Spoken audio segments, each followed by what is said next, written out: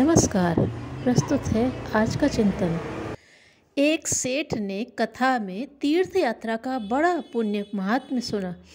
उनका सस्ते मोल में स्वर्ग पाने के लिए मन ललचाने लगा, सो चलने के लिए सारी तैयारी करने लगे।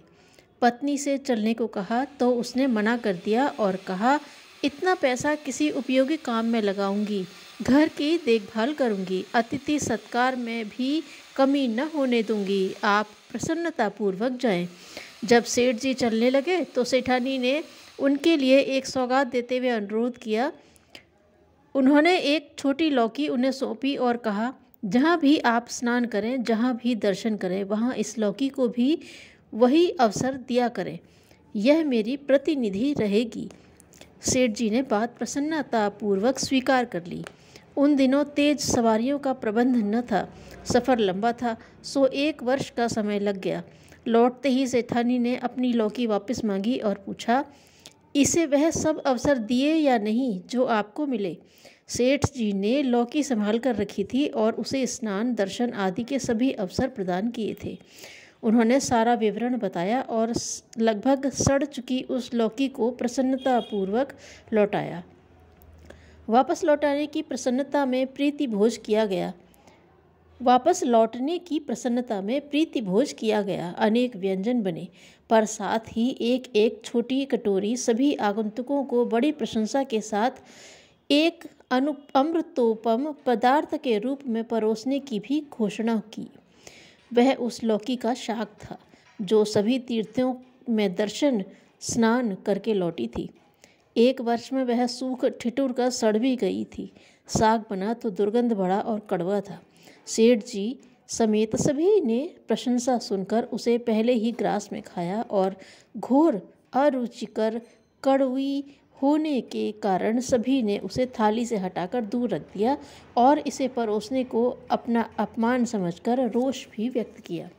जब सब अतिथि निवृत्त हो गए तो सेठानी ने कहा, यह सभी तीर्थों का पुण्य लाभ लेकर लौटी हुई लौकी थी।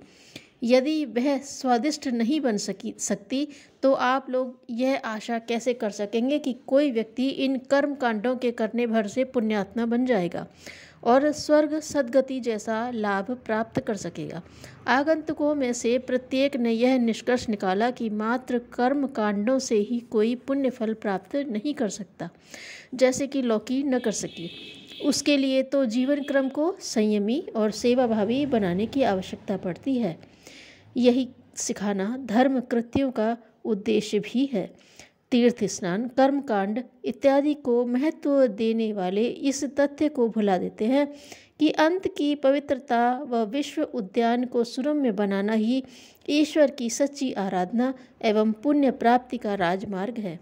लाखों व्यक्ति सोमवती अमावस्या से लेकर गंगा दशहरा तक पवित्र पुण्यतोया सरिताओं में स्नान कर अपनी गंदगी से उन्हें प्रदूषित कर देते हैं। पुण्य तो मिलता नहीं, विधाता का रोष अवश्य मिलता होगा। सच्ची तीर्थ यात्रा वही है जिसमें कर्म कांड को नहीं, भावना को महत्व दिया गया हो। आग बुझाने के लिए आग पर पानी डालना पड़ता है, अंधकार होते ही दीपक जलाना पड़ता है। ये बातें किसे मालूम नहीं हैं। जब ये बातें समझ में आती हैं तो संतों की बात क्यों नहीं समझनी चाहिए कि क्रोध को प्रेम से, बुराई को भलाई से, कृपणता को उदारता से और असत्य को सत्य से जीतना चाहिए। ये बातें व्यवहार की हैं। संत विनोबा भावे। धन्यवाद।